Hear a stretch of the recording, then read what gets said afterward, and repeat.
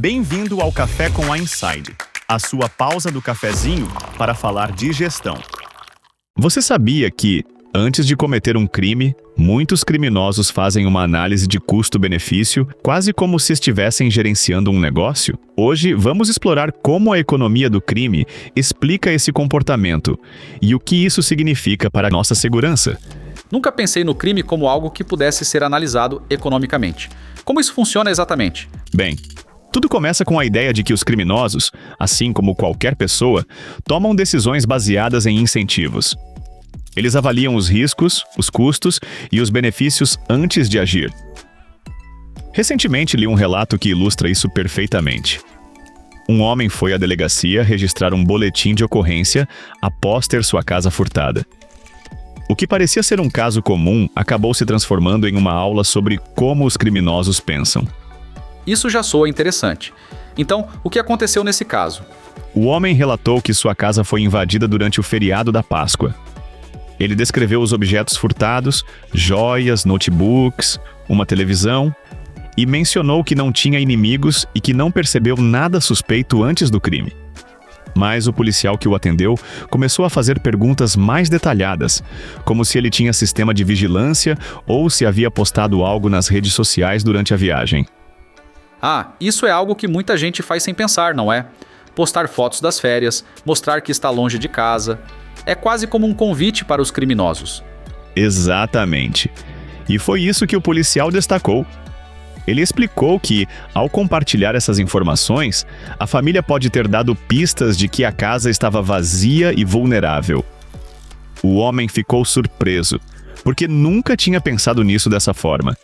E foi aí que o escrivão trouxe à tona a teoria da economia do crime. Agora fiquei curioso. Como essa teoria se aplica a um caso de furto? O escrivão mencionou o trabalho de um pesquisador chamado Perry Shikida, que passou anos estudando criminosos e suas motivações. Ele explicou que, antes de cometer um crime, os delinquentes fazem uma análise de custo-benefício. Eles avaliam se o risco de serem pegos e os custos envolvidos na execução do crime são menores do que os benefícios que podem obter.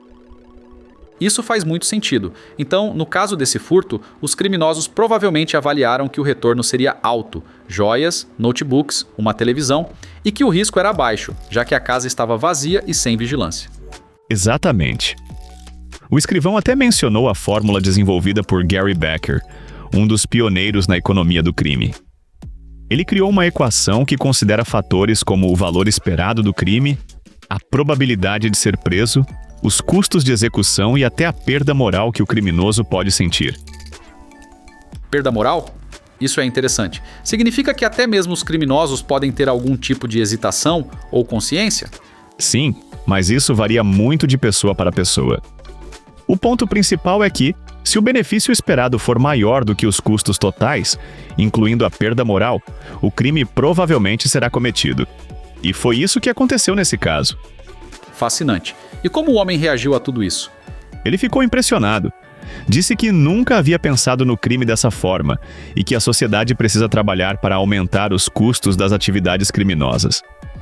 Ele sugeriu medidas como penas mais rígidas, maior probabilidade de prisão e até ações individuais como instalar sistemas de segurança em casa. E ele está certo. Quanto mais difícil e arriscado for para o criminoso, menos atrativo será cometer o delito. Mas isso exige um esforço conjunto, não só do Estado, mas também da sociedade como um todo. Exatamente. O escrivão concordou e ressaltou que a segurança pública não depende apenas das forças policiais. É preciso que todos estejam envolvidos, seja adotando medidas preventivas em suas casas, seja cobrando políticas mais eficazes do governo. Isso me faz pensar em como a criminalidade é um problema complexo, que vai muito além da simples aplicação da lei. Estamos lidando com um mercado que, assim como qualquer outro, responde a incentivos e desincentivos. É verdade.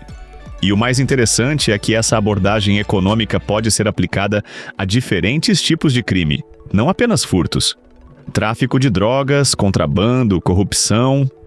Todos esses problemas podem ser analisados sob a ótica dos custos e benefícios. E isso nos leva a uma pergunta importante. Como podemos, enquanto sociedade, criar um ambiente onde o crime não compense? Essa é a grande questão. O professor Chikida e outros especialistas defendem que é preciso atacar os incentivos que tornam o crime atrativo. Isso inclui desde melhorar a educação e criar oportunidades de emprego, até fortalecer as instituições policiais e judiciais. E, ao mesmo tempo, aumentar os riscos para os criminosos. Isso significa investir em tecnologia de vigilância, melhorar a investigação policial e garantir que as penas sejam cumpridas. Exatamente. No final das contas, a mensagem é clara. A segurança não tem preço, mas tem valor. E esse valor está diretamente ligado ao esforço que fazemos para proteger nossas famílias e comunidades. Concordo plenamente. E acho que o conhecimento é uma das ferramentas mais poderosas nesse processo. Quanto mais entendermos como o crime funciona, mais preparados estaremos para combatê-lo. Sem dúvida. E o relato que discutimos hoje é um ótimo exemplo disso. Ele mostra que, mesmo em situações difíceis, como ser vítima de um furto, podemos aprender e nos fortalecer. Muito bem colocado. Então, que possamos todos nos armar de conhecimento e usar isso para construir uma sociedade mais segura e justa. Perfeito. E com isso encerramos nossa conversa de hoje. Até a próxima. Até mais. Esse foi o episódio de hoje. Obrigado por nos acompanhar até aqui. Nos encontramos no próximo Café com a Inside.